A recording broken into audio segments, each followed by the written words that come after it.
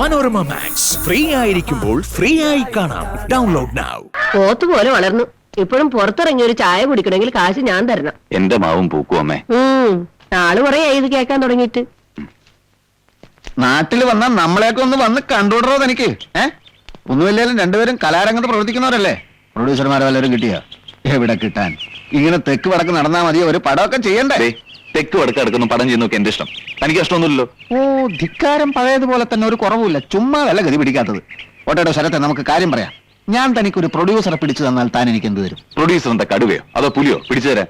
ഇത് സിംഹമാണ്. എടോ, ഞാൻ തമാശ പറഞ്ഞതല്ല. ബോംബെ എന്നിറങ്ങിയ ഒരു സിംഹം. കാശിന് കാശ്, പൊങ്ങച്ചത്തിന് പൊങ്ങച്ചം, മണ്ടത്തരത്തിന് മണ്ടത്തരം, അങ്ങനെ പ്രൊഡ്യൂസർ ആവാൻ എല്ലാം കൊണ്ട് യോഗ്യരായ മനുഷ്യൻ. അതാരാ? തനിക്ക് പടം ചെയ്യാൻ പറ്റുമോ ഇല്ലയോ അത് പറ.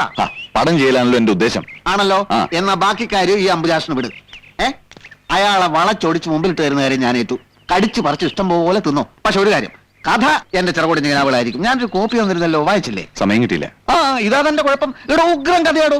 എന്റെ അമ്മ വായിച്ചു, കരച്ചിലോട് കരച്ചിലായിരുന്നു. ഒടുവിൽ ഞാനും കരഞ്ഞുപോയി. ആരേ പ്രൊഡ്യൂസർ?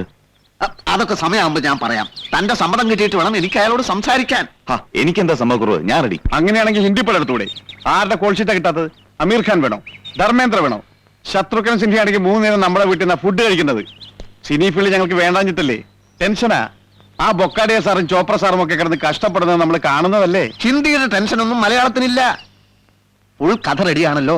ചിറകുടിഞ്ഞ കിനാവുകൾ, ഒരു ക്യാമറ, കുറച്ച് ഫിലിം, പിന്നെ നടീനടന്മാർ. അവർക്ക് ഹിന്ദിയുടെ റേറ്റ് ഒന്നുമില്ലല്ലോ. 100-500 കൊടുത്താ പോരെ. പണമല്ലല്ലോ പ്രശ്നം. ഞങ്ങൾക്ക് ഇങ്ങനെ പടം പിടിച്ച് കേരളത്തിൽ ഇങ്ങനെ ചുറ്റിക്കിറങ്ങാൻ നേരമില്ല. ബോംബെയിൽ 100,000 പ്രശ്നങ്ങൾ. നിങ്ങൾ ബോംബെയിലേക്ക് പോയിക്കോളൂ മാഷേ. ഷൂട്ടിംഗ് തുടങ്ങിയാൽ എല്ലാ കാര്യങ്ങളും നോക്കിയിടാൻ ഞാനുണ്ടല്ലോ ഇവിടെ. താൻ നേരത്തെ പടം പിടിച്ചിട്ടുണ്ടോ? ഞാൻ പിടിച്ചിട്ടില്ല. പിന്നെ ഷൂട്ടിംഗ് കാര്യങ്ങളൊക്കെ നോക്കിക്കോളാൻ താൻ എന്താ മനസ്സിലാക്കിയിട്ട് പറയുന്നത്? ശങ്കർദാസ് സാർ ഇവിടെ വന്നു ബോംബെന്ന്. ആള് കോടീശ്വരനാ. പക്ഷെ ആ കോടീശ്വരന് കിട്ടേണ്ട അംഗീകാരം ഇവിടെ പുള്ളി കിട്ടിയിട്ടുണ്ടോ? ഇല്ല. കരയോക്കാർക്ക് അങ്ങോട്ട് കാശ് കൊടുത്ത് സ്വീകരണം നടത്തിച്ചതൊക്കെ നാട്ടു പാട്ടാ. ആ ചീത്ത പേര് ഉടനെ മാറ്റിയെടുക്കേണ്ടത് ഒരു അത്യാവശ്യം. ഒരു പടം പ്രൊഡ്യൂസ് ചെയ്യുന്നു എന്ന് പറഞ്ഞാൽ ഈ നാട്ടിലെ കൊല കൊമ്പന്മാരൊക്കെ ആ നിമിഷം അടിയറോ പറയും. കാരണം ഈ ലൊക്കാലിറ്റിയിൽ ഒരുത്തനും ഇതുവരെയും പടം പിടിച്ചിട്ടില്ല. എന്ത് പറഞ്ഞാലും ഞങ്ങൾ സിനിമാ ഫീൽഡിലേക്കില്ല. അത് തീരുമാനിക്കാൻ ഈ ആളാര്? സാർ ക്ഷമിക്കണം. തന്നെ പോലുള്ള കാപാലികന്മാരെന്നും സാറിനെ രക്ഷിക്കാൻ എന്റെ ജോലി. ഇറങ്ങണം അവിടുന്ന്. പാവല്ലേ? ഇല്ല സാർ, ഇവനെ കണ്ടാൽ അറിയാൻ കള്ളനാണെന്ന്. എനിക്കാണെങ്കിൽ നോവൽ എഴുത്തുകാർ ചെറുപ്പം മുതൽ വെറുപ്പാ. ഏതെങ്കിലും നോവലിസ്റ്റിന്റെ കയ്യിൽ നിന്ന് തല്ല് കിട്ടി കാണും. ചുപ് രഹോ സാലേ, ബേവക്കൂഫ്. ആരാം കരോ വർഗീസ് ഭായ്, ആരാം കരോ. ഇവൻ പറഞ്ഞുകൊണ്ടൊന്നുമല്ല, കല എനിക്കും വലിയ ഇഷ്ടമാണ്. പണം മാത്രം പോരല്ലോ, പേര്, പ്രശസ്തി അതും ആവശ്യമാ. സിനി ഫീൽഡ് അതിന് ബെസ്റ്റാ. വരുന്ന പോലെ വരട്ടെ, നമുക്കൊരു പടം പിടിച്ചോ. സാർ ഒന്നുകൂടി. സാരല്ലോ, നീ പോയ ഡയറക്ടർ വിളിച്ചോണ്ടോ. ആള് പൊങ്ങന. ആവശ്യത്തിനും അനാവശ്യത്തിനും ചുമ്മാ ബഹുമാനിക്കുക. എന്ത് പറഞ്ഞാലും തലകുലിക്ക് സമ്മതിക്കുക. ഇരിക്കാൻ പറഞ്ഞാൽ ഇരിക്കരുത്, പിന്നെയും പറഞ്ഞാലും ഇരിക്കരുത്. കൂടുതൽ നിർബന്ധിച്ച ഒരു ചന്തി കസേരയിലും മറ്റേ ചന്തി പുറത്തുമായിട്ടുള്ള ഒരു ഇരിപ്പില്ലേ, അങ്ങനെ ഇരിക്കുക. മൂപ്പര് സംസാരിക്കുന്ന എന്തായാലും തലകുലിക്ക് സമ്മതിക്കുക. നമസ്കാരം സാർ. നമസ്കാർ. ഇരിക്കൂ. വേണ്ട സാർ, ഇരിക്കൂ. ഇതുപോലെയുള്ള ഘട്ടങ്ങളിൽ ഒപ്പമിരിക്കുന്നതിൽ വിരോധമില്ല. ഇരിക്കൂ.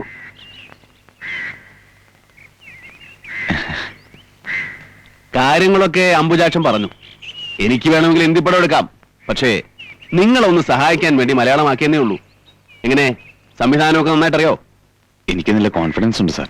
എന്നാ ഞാൻ കഥ പറയട്ടെ. ഒന്ന് ഇരുന്നാലോ കഥ പറയാൻ? കഥയുടെ പേര് ചിറകൊടിഞ്ഞ കിനാവുകൾ. ഒരു വിറക് വെട്ടുകാരൻ. അയാൾക്കൊരേ ഒരു മകൾ സുമതി, 19 വയസ്സ്. ഇവൾ സ്ഥലത്തെ ഒരു തയ്യൽക്കാരനുമായി പ്രണയത്തിലാണ്.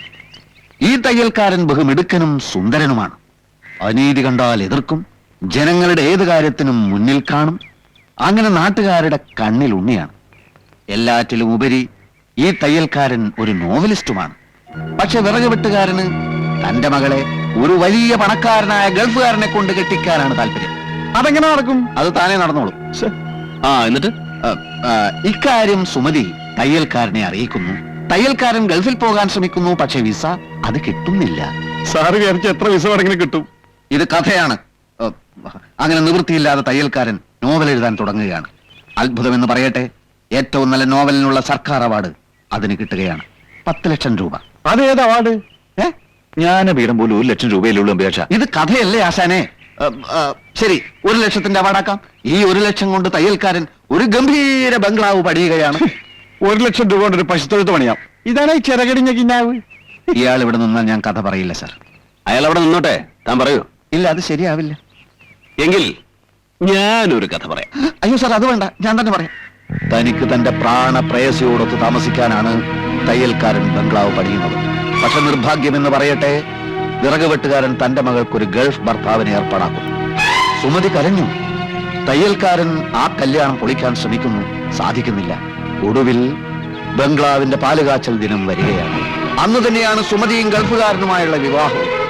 അവിടെ കല്യാണ വാദ്യഘോഷങ്ങൾ, ഇവിടെ പാലുകാച്ചൽ. പാലുകാച്ചൽ കല്യാണം, കല്യാണം പാലുകാച്ചൽ, കല്യാണം പാലുകാച്ചൽ. അത് അങ്ങോട്ടും ഇങ്ങോട്ടും ഇടവിട്ട് കാണിക്കണം.